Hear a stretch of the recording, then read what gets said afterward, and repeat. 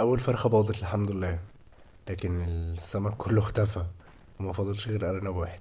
النهارده هحكي لكم على الحاجات اللي حصلت في الشهر اللي فات، منها اخبار حلوه ومنها قصص مش حلوه قوي. هوري لكم الحاجات اللي زرعناها وهنحاول نعرف الالف سمكه راحوا فين وجبنا ايه بدلهم. هقول لكم على اخطاء عملتها الفتره اللي فاتت، لعل اي حد ممكن يلاقي في الحاجات دي اي بيانات تفيده. كده بقالي 3 سنين تقريبا من ساعه ما سبت شغلي وبدات اتفرغ لتعلم الزراعه. في الأول كان بغرض التدوين مش أكتر. كنت بحاول أسجل الأصناف اللي زرعتها، خليط التربة اللي استخدمته، أوقات الري وبقية المعاملات اللي عملتها. معظم الناس تتجه لصناعة المحتوى، ممكن بحثا عن طريقة يحسنوا بيها دخلهم، أو ممكن يكون بيزنس بيحاول يوسع دايرة عملائه. لكن اللي اتعلمته إن الفلوس أوقات كتير مش بتكون نعمة، لكن بالعكس ساعات بتكون ابتلاء، نقمة، أو مرض صعب نتعالج منه. فبالنسبة للسمك الدنيا كانت ماشية كويس لمدة 7 أسابيع، والسمك كان بياكل وبيكبر. كنت بغير تلت المية مرة أو مرتين في الأسبوع، ويوميا كنت بشغل الموتور يزود المية ويقلبها عشان الأكسجين. اللي حصل إني غيرت نسبة كبيرة من المية، يمكن نص الحوض أو أكتر، 4 أيام ورا بعض. بعدها لون المية اتغير لشفاف، وكده أنا فرحت وقلت المية نطفت. لكن بعدها بدأت تظهر غيامة بيضاء. اللي فهمته إن اللي حصل ممكن يكون حاجة اسمها انفجار بكتيري، نتيجة لنقص نسبة البكتيريا اللي بتكسر الأمونيا، وبالتالي زادت نسبة الأمونيا لدرجة السمك مقدرش يستحملها. لكن ده ما فسرليش إن السمك كله اختفى، يعني دول 1000 سمكة وكانوا موجودين لحد آخر يوم. وتفسير المحتمل إنه قد تكون الطيور أكلت السمك اللي مات وطفى على وش المية أو البول. قدر الله ما شاء فعل. لأن السمك كان اوريدي كبر، وكان ممكن وصل لحجم ممكن يتاكل فيه. والحمد لله إن التجربة دي اتعلمنا منها حاجات كتير. الفترة اللي جاية هحاول أوفر كل الحاجات اللي ناقصانا واحدة واحدة. أهمها هو الفلتر أو مجموعة الفلاتر، لأن اللي فهمته إنه على الأقل بيبقى فيه 3 أنواع من الفلاتر لازم يبقوا موجودين، ومصدر مستدام لضخ الأكسجين. هنحاول نغطي الحوض بشكل ما مش عارف ازاي علشان نحميه من الطيور. وآخر حاجة إن احنا نتابع وزن السمك أول بأول، ونظبط كمية العلف على قد احتياجه بالظبط. لحد ما ده يحصل إن شاء الله، ما كنتش حابب أسيب الحوض فاضي كل ده، لأني بستخدم المية بتاعته في الري كسماد. بحس إنه بيعمل مفعول رهيب في الإنبات وفي معدل النمو حتى بعد رية واحدة بس. للأسف بعد التجربة دي مفيش قدامنا غير اختيارين. الأولانية هي سمكة الباسة، والتاني هو القراميط. واللي فهمته إن زراعة الباسة مش هتقدر تستحمل جو الشتاء في ظل الإمكانيات المتاحة معانا حاليا، فما كانش قدامي غير القراميط. فرحت السوق وجبت 5 كيلو قراميط. الكيلو كان عامل 30 جنيه. وكانوا تقريبا 20 واحد بس أنا ما عديتهمش.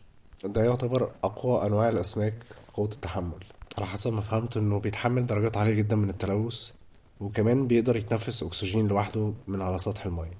تالت ميزة إن حجمه كبير نسبيا، فهيبقى صعب جدا على الطيور تصطاده. ولو اصطادوه الصراحة فبالهنا والشفا، وانا مش عارف هعمل ايه الصراحة. وفي كل الاحوال دي تجربة مؤقتة برضو ان شاء الله، لحد ما نقدر نجيب زرعة الباسة. لان طعمها افضل بكتير، ومش متأكد لكن قد يكون ليها عائد اقتصادي اعلى. الارانب برضو اختفوا كلهم في ظروف غامضة، ما عنديش تفسير ده حصل ازاي، خاصة ان كان بقالهم 3 شهور ماشيين كويس جدا، وتقريبا كانوا خلاص قربوا ينتجوا. فالأرنب اللي فاضل طلقته وطلعته بره القفص. آه لعله ممكن يقدر يحمي نفسه من أي حيوانات مفترسة، أي عرس أو كده. مش متأكد الصراحة. اللي مضايقني أكتر إني مش قادر أعرف اللي حصل بالظبط. ده كله هيتغير إن شاء الله، لكن كله بأوانه.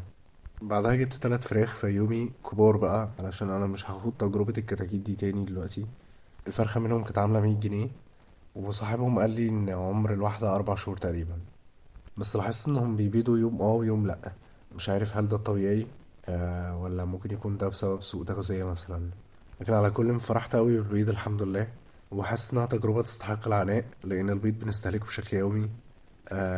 والصراحة ما عنديش استعداد اخد تجربة الكتاكيت دي تاني والشتا جاي. فحاسس انه كان اختيار كويس ان اجيب الفرخة جاهزة، عمر 4 شهور او اكتر. بعد كده في غلطات في الزراعة، زي إني زرعت الفول جنب مصطبة الأشجار، وشكرا لأصدقائنا نبهونا للنقطة دي، لكن للأسف كنت زرعته خلاص. واللي فهمته إن الفول احتياجاته للمية قليلة جدا، وإن في ناس بترويه من 3 مرات ل5 مرات بحد أقصى في دورة حياته كلها. والمشكلة إني كنت بحتاج أشغل المية مرتين 3 في الأسبوع على الأقل علشان أروي الشجر. ومع الوقت بدأ ورقه يصفر، ويظهر عليه نقط سودا، قالوا لي ان دي اصابة فطرية.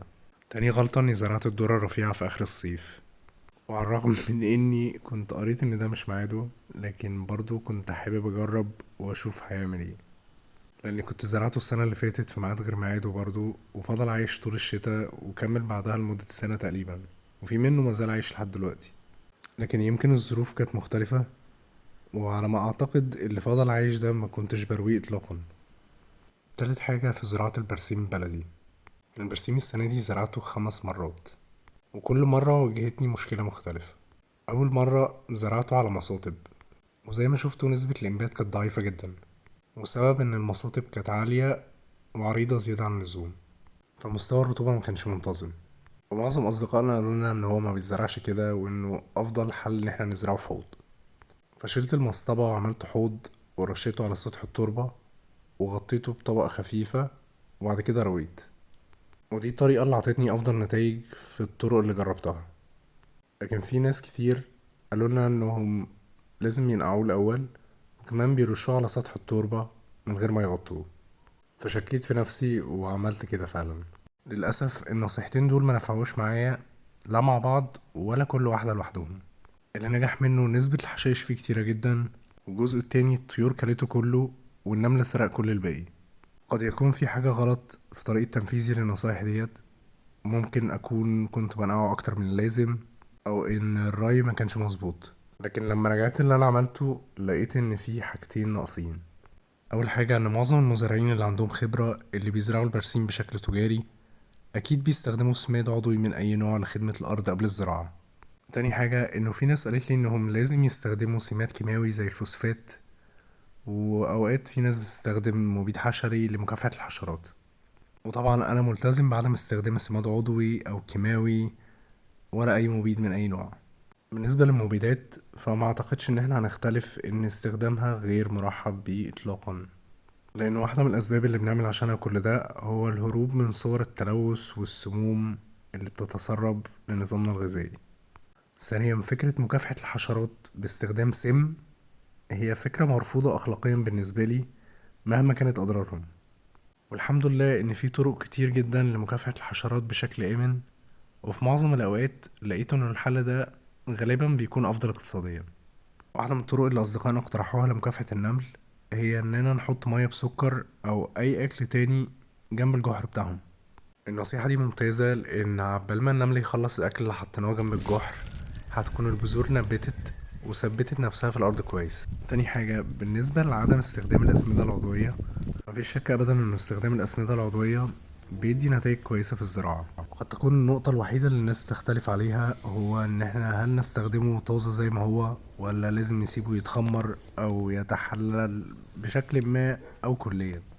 وعلى الرغم ان معظم الاكاديميين بينصحوا ان المخلفات لازم تكون تحللت تماما قبل استخدامها في خليط التربة، في مزارعين كبار بيحلفوا بنتائج استخدام السماد طازة زي ما هو حتى بدون اي تجفيف. لكن بالنسبة لي انا شخصيا بفضل ادور على اصناف تقدر تتأقلم في التربة زي ما هي بدون اي اضافات. بحاول افهم اقصى اداء للاصناف اللي بزرعها مع التدخل في اضيق الحدود، ده لاني نفسي ازرع مساحة تانية لا تقارن بالمساحة دي في مكان تاني بعيد ومعزول جدا عن أقرب مدينة أو أي مصدر ممكن نجيب منه مخلفات أو سماد كيماوي أو عضوي.